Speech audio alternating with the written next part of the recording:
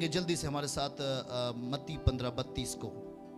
मत्ती 15:32 नोट करिए, इंपॉर्टेंट है आपके लिए, हम पढ़ेंगे। लिखा है, यीशु ने अपने चेलों को बुलाया और कहा, मुझे इस भीड़ पर तरस आता है। याद रखना,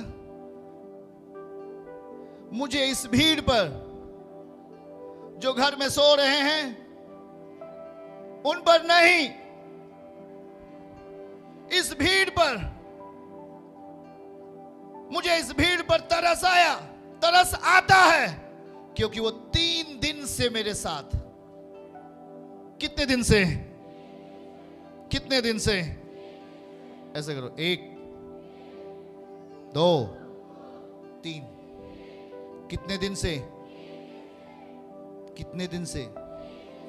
बगल वाले को आंखों में ऐसे बोलो, 3 दिन से। अरे आंखों ऐसे सुनो, 3 दिन से। कितने दिन से?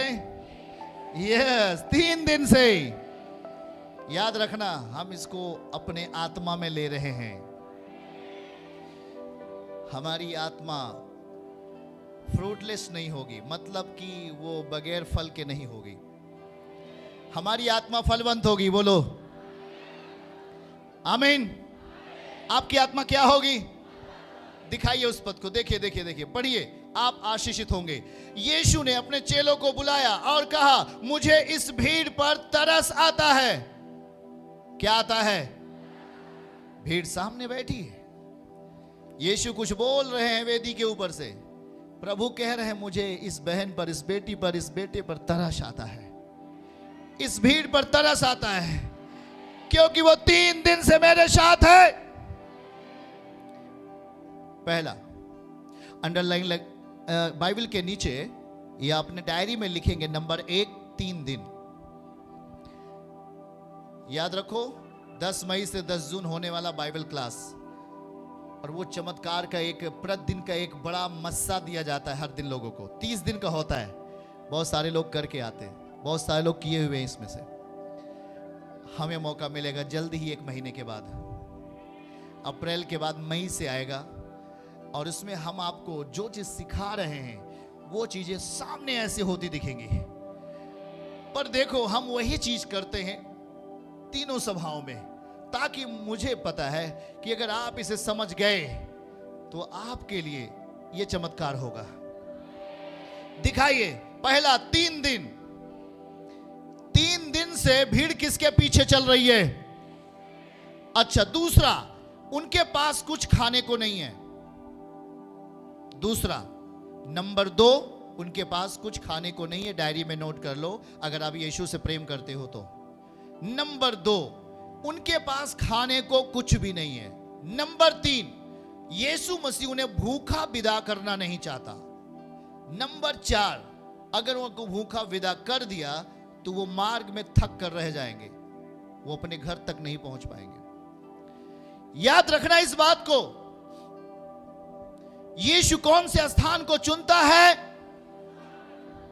ताकि उस स्थान को क्या बना दे? वो क्या बना दे? हरा भरा। आमीन। सही है कि नहीं? देखो क्या लिखा है, यीशु ने अपने चेलों को कहा, हो देखो, इस भीड़ पर मुझे तरस आ रहा है, क्योंकि ये 3 दिन से मेरे साथ है। कितने दिन से? 3 दिन से का मतलब केवल 3 ही दिन नहीं, बृहस्पतिवार, शुक्रवार और रविवार। केवल ऐसा ही नहीं, 3 दिन का मतलब 3 महीने, 3 साल। आमीन। अपने मन की शुद्धता के अनुसार यीशु के पीछे चलना, प्रभु के पीछे हो लेना।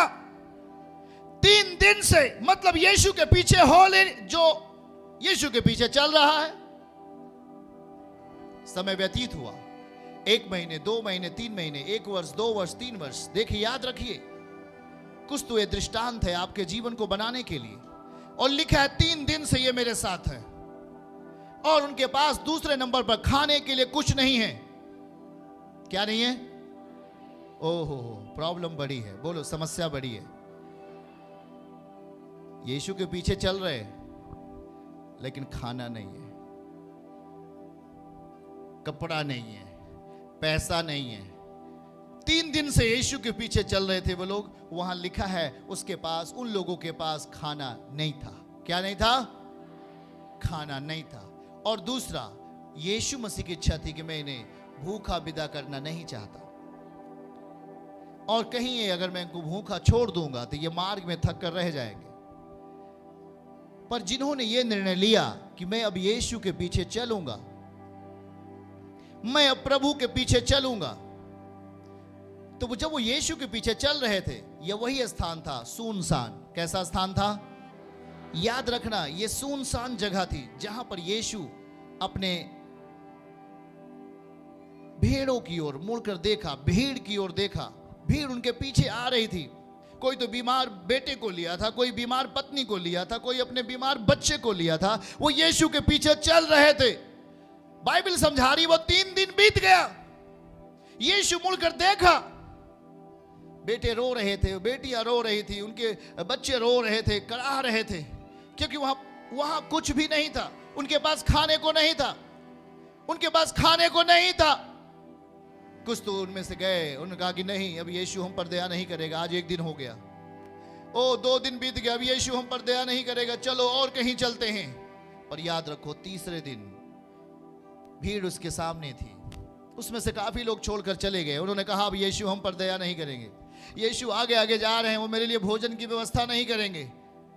लेकिन तीसरे दिन, बोल के देखो, तीसरे दिन, बोलो तीसरे दिन, यीशु देखा और उन पर क्या खाया?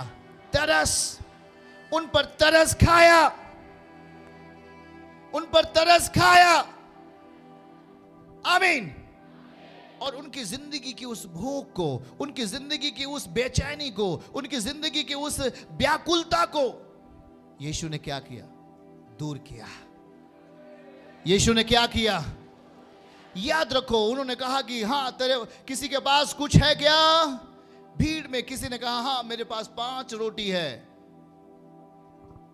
किसी एक के पास 5 रोटी थी। उसने कहा कि हाँ, वो रोटी मुझे दो।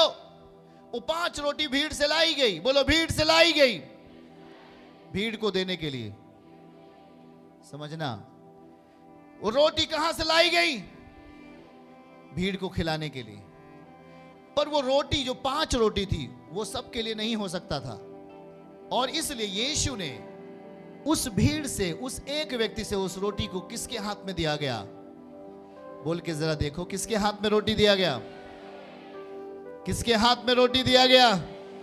फिर से कहो, किसके हाथ में रोटी दिया गया? वो भूखे थे, वो एकांत स्थान था, वहां कुछ भी सही नहीं था, लोगों को भूख लगी हुई थी। पर यीशु कह रहा है कि वो यीशु ने उन पर तरस खाया, क्योंकि वो 3 दिन से यीशु के पीछे,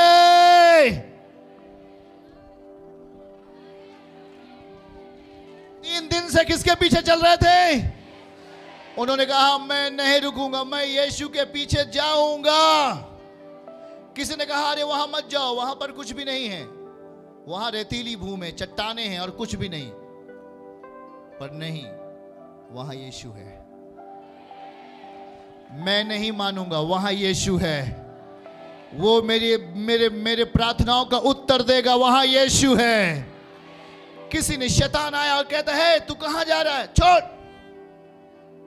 यीशु के पीछे क्यों भाग रहा है, तुम्हें कुछ नहीं मिलेगा। पर बोलो, नहीं मिलेगा, क्योंकि वहां यीशु है। आमीन बोलो। याद रखो, जो आपकी आशा है उसमें यीशु का वचन होना चाहिए। आमीन। आपकी आशा यीशु के वचन से आगे जब बढ़ेगी, वो आशा आपको लज्जित होने नहीं देगी। वो आशा आपको लज्जित होने नहीं देगी। याद रखो, किसी ने कहा होगा 1 दिन हो गया, 2 दिन हो गया, चलो वापस चले। उसमें से कई लोग वापस चले गए, पर उसमें से जो लोग रुके थे, यीशु उन पर तीसरे दिन क्या खाया? तेजी से बोलो। इसका मतलब कि वो स्थिर आत्मा वालों पर दया करने जा रहा है। स्थिर आत्मा वाला जो स्थिर हो गया, जो यीशु के साथ रुक गया, जो प्रभु के साथ अब उसके साथ बन गया है, उस पर यीशु तरस खाने वाला है। हालेलुया। यीशु उसके जीवन में अद्भुत काम करेगा, यीशु के नाम में। आमीन। बगल वाले से बोले, क्या आप स्थिर हैं क्या? हालेलुया। क्या आप स्थिर हैं? क्या मत्ती 9 के 36 आयत को हमारे साथ देखें। देखिए जल्दी से, मत्ती अध्याय 9 और उसके 36 आयत को पढ़ें, नोट करें। जब उसने भीड़ को देखा तो लोगों पर तरस खाया, क्योंकि वे उन भेड़ों के समान थे जिनका कोई रखवाला ना हो। वो व्याकुल थे और भटके हुए थे। याद रखना भाई, अगर आप भेड़े हैं तो आपके पास एक चरवाहा होना चाहिए जो आपको चराएगा। याद रखो, जो चरवाहा होता है वो बुद्धि से चराता है अपने भेड़ों को। बाइबल कहती है वो अच्छा चरवाहा वही है जो अपने भेड़ों को बुद्धि से चराता है, बुद्धि की आत्मा में। आमीन बोलो। मुझे मालूम है कुछ भेड़ें ऐसी हैं जो सुनती नहीं हैं, पर वो सुनेंगी। बगल वालों का हाथ पकड़ के बोलो, वो सुनेंगी, सुनेंगी। आमीन। वो सुनेंगी। आमीन। सुनेंगी। क्या लिखा है? फिर से बताइए, फिर से देखिए क्या लिखा है वहां पर। जब उसने भीड़ को देखा तो उसको लोगों पर तरस आया। आमीन कहो। बोलिए, यीशु हम पर तरस खाएंगे, क्योंकि मैं यीशु के पीछे चल रहा हूं। वो हम पर तरस खाएगा, क्योंकि लिखा है, लिखा है। स्वर्ग पृथ्वी टल जाएगा पर उसका लिखा हुआ वचन कभी। तो आप क्या समझते हो? जो चीज लिखा है वो चीज होगा। अब यहां पर देखो, लिखा कि भीड़ को देखकर वो क्या खाया? तरस, क्योंकि वे उन भेड़ों के समान थे जिनका कोई रखवाला। उन भेड़ों के पास उनका कोई चरवाहा नहीं था। वे भटक रहे थे, जहां मन में आया वहां वे जा रही थी भेड़ें।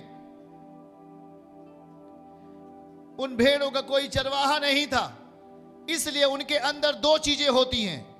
अगर किसी भी व्यक्ति के अंदर अगर उसका चरवाहा नहीं है, उसके संग उसका कोई उसका अगुवा नहीं है, उसका आत्मिक पिता नहीं है, तो उसके अंदर दो चीजें होंगी। नोट करना, पहला व्याकुलता होगा, दूसरा भटकना होगा।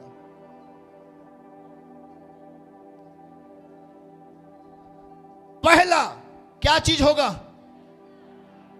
अगर वो चरवाहे के साथ नहीं है तो भेड़ें, उसके अंदर दो चीजें होंगी। पहला वो व्याकुल होगा, दूसरा वो भटकेगा। क्या बातों को समझ रहे हैं? इसीलिए यीशु ने कहा, इसीलिए दाऊद कहता है कि यहोवा मेरा चरवाहा है।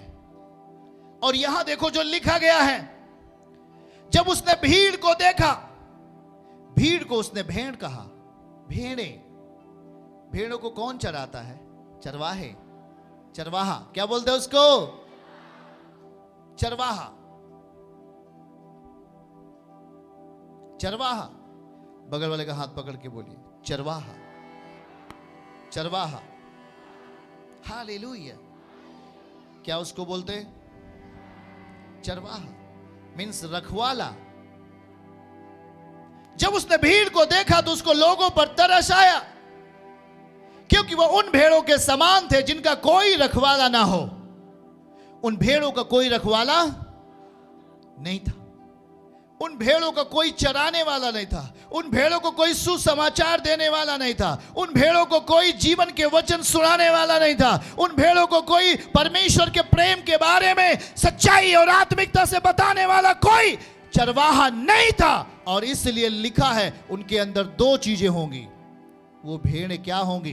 पहला व्याकुल रहेंगी, ओ कुछ भी अच्छा नहीं लग रहा है। दूसरा भटकेंगी, वो इधर से उधर, उधर से उधर, और एक दिन वो शैतान के हाथ में चली जाती है।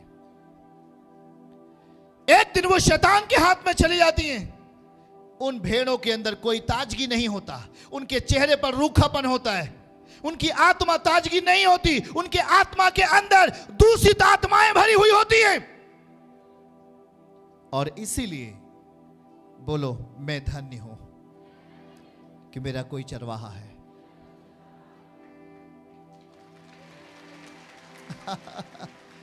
आप धन्य हैं कि आपका कोई चरवाहा है, इसलिए आपके अंदर ना ही तो व्याकुलता होगा, ना ही तो भटकना होगा।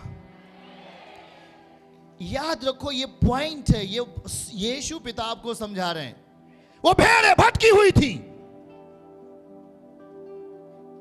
उन भेड़ों का कोई चरवाहा नहीं था। बोल के देखो, उन भेड़ों को कोई चरवाहा नहीं था। तो उनके अंदर क्या था? जब आपके अंदर, जब आपके जीवन में आपका चरवाहा नहीं होगा, आपका अगुवा नहीं होगा, तो आपके अंदर क्या चीज होगा? पहला, दूसरा, आप व्याकुल रहोगे और आप भटकोगे। और व्याकुलता और भटकने की स्थिति में आप कभी चंगे नहीं हो सकते। आप कभी परमेश्वर के असली प्रेम को जान नहीं पाओगे। आप कभी परमेश्वर के असली मकसद को नहीं समझ सकते। इसलिए बाइबल यह भी सिखाती है, अपने अगुवे के अधीन रह। अपने आत्मिक माता पिता की बात सुन। जो तेरा अगुवा करता है उस दशा में तू प्रार्थना में बढ़ता जा। इब्रानियों 13 अध्याय पूरा पढ़ेंगे तो। आमीन बोलो। याद रखो, वो 3 दिन से, कितने दिन से किसके पीछे चल रहे थे? एक दिखने वाले, हड्डी और मांस में दिखने वाला यीशु, उसके पीछे चल रहे थे। तो बाइबल कहती है कि यीशु ने उनकी ओर देखा। बोलो, यीशु उनकी ओर देखा। किसकी ओर देखा? बोलिए जरा, सब लोग बोलो, किसकी ओर देखा? जो यीशु को छोड़ के चले गए, जिन्होंने यीशु की बुराई की, जिन्होंने यीशु की निंदा की, जो यीशु के साथ साथ थे, पीछे पीछे चल रहे थे। प्रभु उनको देखा और उन पर तरस खाया। क्या खाया उन पर? इस पद को दिखाइए, ध्यान से सुनिए प्रभु क्या कह रहे हैं। हम जो पढ़ रहे थे, दिखाइए। जब उसने भीड़ को देखा तो उसको लोगों पर तरस आया। क्या आया? क्योंकि वे उन भेड़ों के समान जिनका कोई रखवाला नहीं है। कोई रखवाला उनका नहीं था, इसलिए वो भेड़ें क्या थी? और दूसरा क्या थी? वो भटकी हुई थी। प्रिय भाई बहनों, वो भटकी हुई थी। उनके अंदर व्याकुलता था। कुछ भी अच्छा नहीं लग रहा था, और वो इधर से उधर, उधर से इधर, और एक दिन वो शिकार हो जाती हैं। वो भेड़ियों का शिकार हो जाती है। बगल वाले को बोलो, भेड़ियों का शिकार हो जाती है। भेड़ियों का मतलब शैतान का। बाइबल में लिखा है भेड़ियों का मतलब क्या है? शैतान का शिकार हो जाती है। जो भटक चुकी है, जिसके अंदर व्याकुलता है, वो झूठ का शिकार होती है। बोले, झूठ का शिकार होती है, गुनाह का शिकार होती है, पाप का शिकार हो जाती है, और उनके जीवन में कोई प्रतिफल नहीं होता। सही है कि नहीं? पर याद रखो, आज यीशु शरीर में उनके सामने था, एक चरवाहे के रूप में, हड्डी और मांस में था, जैसे आज आपके सामने हड्डी और मांस में जैसे था, जैसे आज आपके सामने कोई बोल रहा है। और वो कह रहा था कि मैंने उस पर क्या खाया? तरस खाया। याद रखो, यदि मेरा मन कठोर है, आप कभी चंगे नहीं होंगे। मैं आपको एक रहस्य की बात बताता हूं। जो वेदी से बात करता है, उसके विचार जैसे होंगे, वैसे ही सामने परिणाम दिखाई देते हैं। अगर मेरे मन कठोर है, तो मैं कह रहा हूं आपके मन कठोर होंगे, आप कभी भी, आपके अंदर परिणाम नहीं आएगा। इसलिए याद रखो, जो चरवाहा होता है वो क्या खाता है? बाइबल क्या लिखा है? तरस। क्या खाता है? हाँ, इसीलिए आप चंगे तभी होंगे जब चरवाहा आपके ऊपर तरस खाता है। चरवाहा भेड़ों से प्रेम करता है, चरवाहा भेड़ों की सुरक्षा चाहता है, चरवाहा भेड़ों को पालना चाहता है, चरवाहा भेड़ों को हरी हरी तराइयों में लेके जाना चाहता है।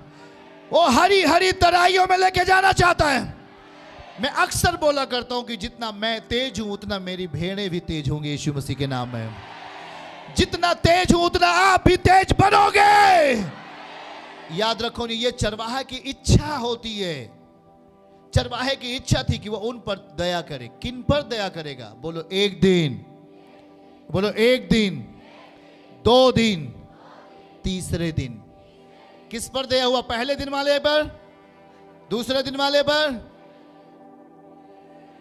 जो तीसरे दिन तक अपने आप को अपने आत्मिक पिता से, अपने स्पिरिचुअल फादर से, अपने चरवाहे के संग संग बना रहा, एक दिन उस पर वो तरस खाता है और उसे छू लेता है। आमीन बोलो। एक समय होता है जब हम परखे जाते हैं, एक समय होता है जब हमारे जीवन में ट्रेनिंग पॉइंट आता है। एक दिन चले वो लोग, शायद पानी नहीं मिला, लोग गुस्सा हो गए, हो यीशु के पीछे चल रहे हो तुम लोग, पानी नहीं मिला, चलो हम लोग चलते। कुछ लोग चले गए। दूसरा दिन बीता, फिर भी उस दिन कुछ मिला नहीं, लोगों को भूख लगी हुई थी, कुछ भी भोजन नहीं मिला, उस दिन भी लोग छोड़कर चले गए। पर तीसरा दिन, बोलो तीसरा दिन, वही लोग बचे जो यीशु से प्रेम करते थे।